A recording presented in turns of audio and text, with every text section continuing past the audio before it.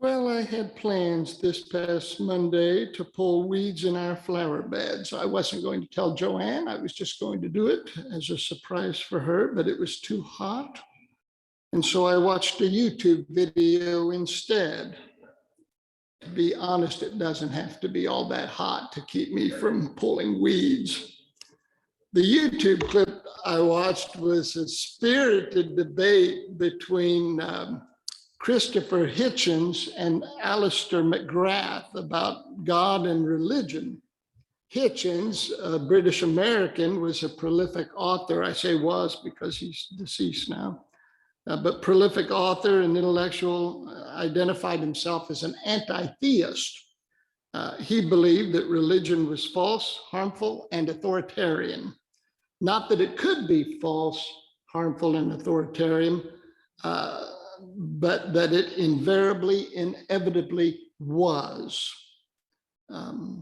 Alistair McGrath, a native of Ireland, is a theologian, intellectual, and scientist. Both Hitchens and McGrath were educated at Oxford University in England, so these are some pretty bright people here. But as I said, Hitchens is now deceased. He died of esophageal cancer in 2011. And the debate I viewed occurred in 2007 at the Berkeley Center for Religion, Peace, and World Affairs at Georgetown University in Washington, D.C.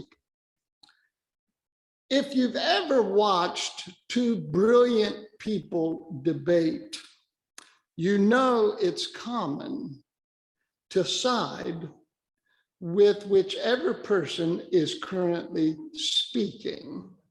Have you noticed this tendency? That they say something and you catch yourself nodding in agreement? Well, yeah, that makes sense. And sure enough, I caught myself nodding in agreement with Christopher Hitchens, who was the first to speak. I found myself nodding in agreement as he warned about the danger of religion and belief systems. And when he finished, I said out loud to Joanne, I think I might be an atheist. This, of course, is an awkward predicament for a pastor. So I was somewhat relieved when McGrath spoke with such brilliance and clarity that when he finished speaking, I told Joanne I was back to being a Christian. I hate to disillusion you, and those of you who have been pastors can verify whether or not this is true. I suspect it's true in my conversations with other pastors that almost every thoughtful pastor I've ever known struggles with belief. Struggles with belief. Okay, if you've been a pastor and you've struggled with belief, just kind of nod your head so I don't put myself too far out here. Mark, okay. Ned? Ned says no, he never has struggled. Oh, bless you, Ned. Aren't you special? JT, you're nodding a little bit there. Good, good. JB? Yes, JB. Okay, I knew JB would be honest with me. Thank you, JB, for your honesty. I appreciate that.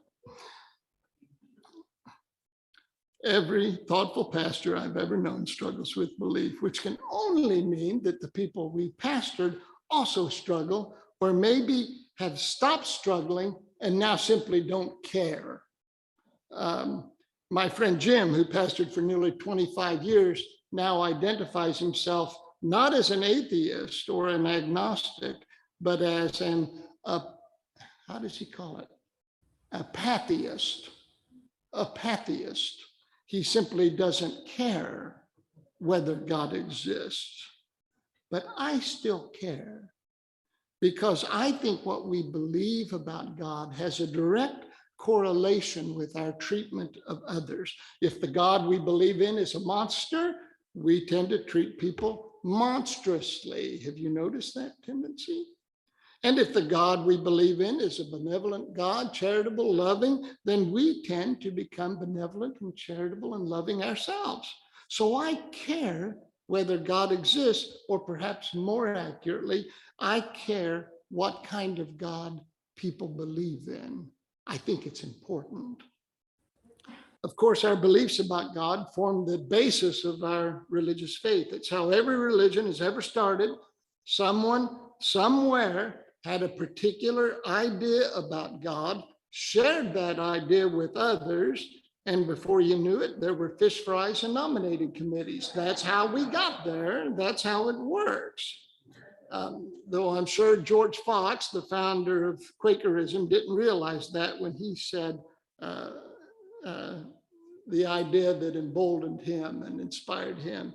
He said, I saw that there was an ocean of darkness and death, but that an infinite ocean of light and love, which flowed over the ocean of darkness.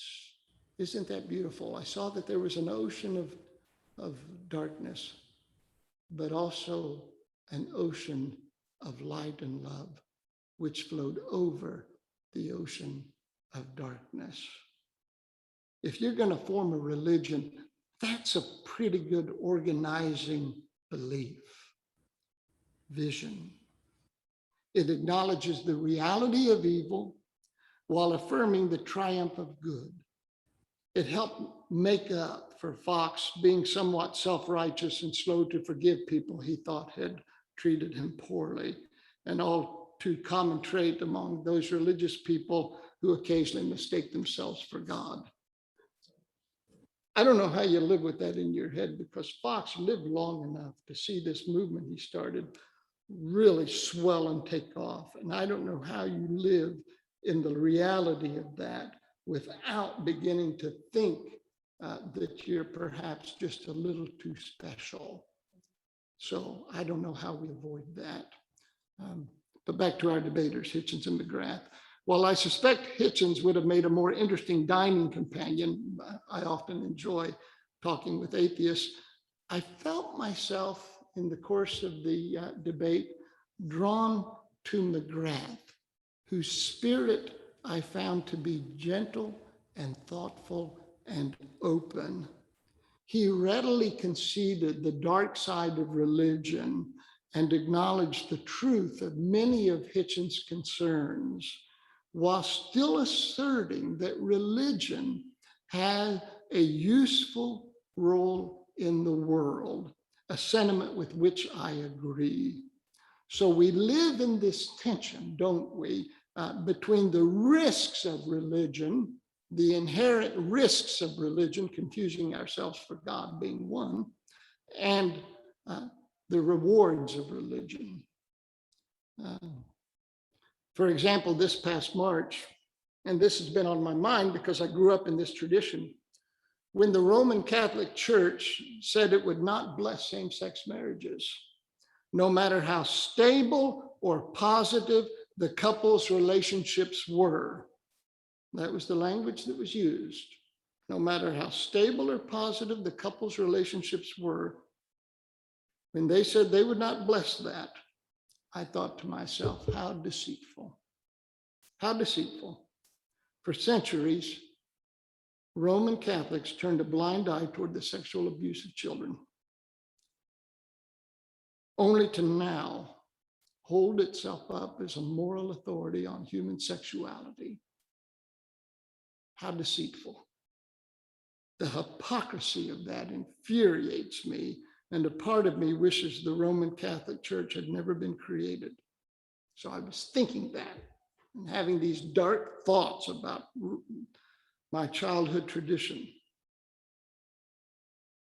But then after a while, I thought of Richard Rohr, the Franciscan writer whose words have proven immensely helpful to millions of people. I thought of Dorothy Day, the Catholic social activist who helped found the Catholic worker movement, lifting countless people out of poverty and despair.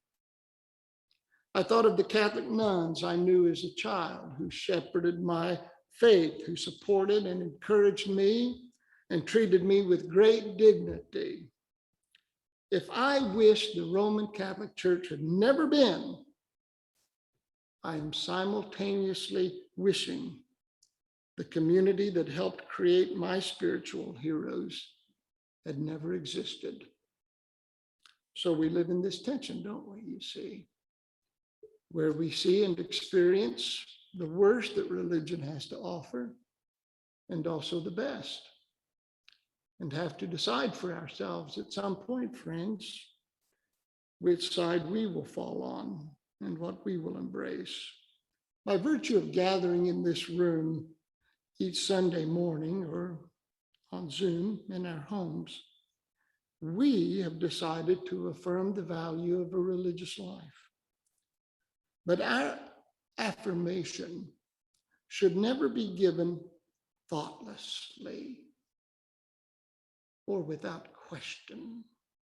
I was in CVS some time ago, and a man I knew from my Catholic childhood accosted me. He saw me from across the store and made a direct beeline toward me and grabbed me by my shirt like this and tugged on it as he spoke to me.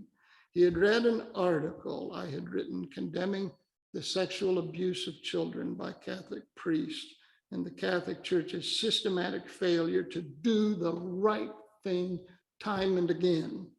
And this man said to me, "You should be ashamed of yourself. You are spreading lies. These abuses never happened." Well, what do you say to that? What do you say to that? I told him the only thing I knew to say, that his unthinking devotion to religion had distorted his morality and he had lost his way. It was a hard thing to say. He was my Sunday school teacher in the Catholic Church. If religion demands we turn a blind eye to evil, if God requires our silence and compliance in the presence of wickedness, then atheism is a true act of integrity. I remain a person of faith because I believe the opposite is true, that faith demands the confrontation of evil, that a belief in God requires our full resistance to immorality and evil. Unless we comfort ourselves by thinking we friends are exempt from such dangers, I'll remind you that in our very own faith and practice,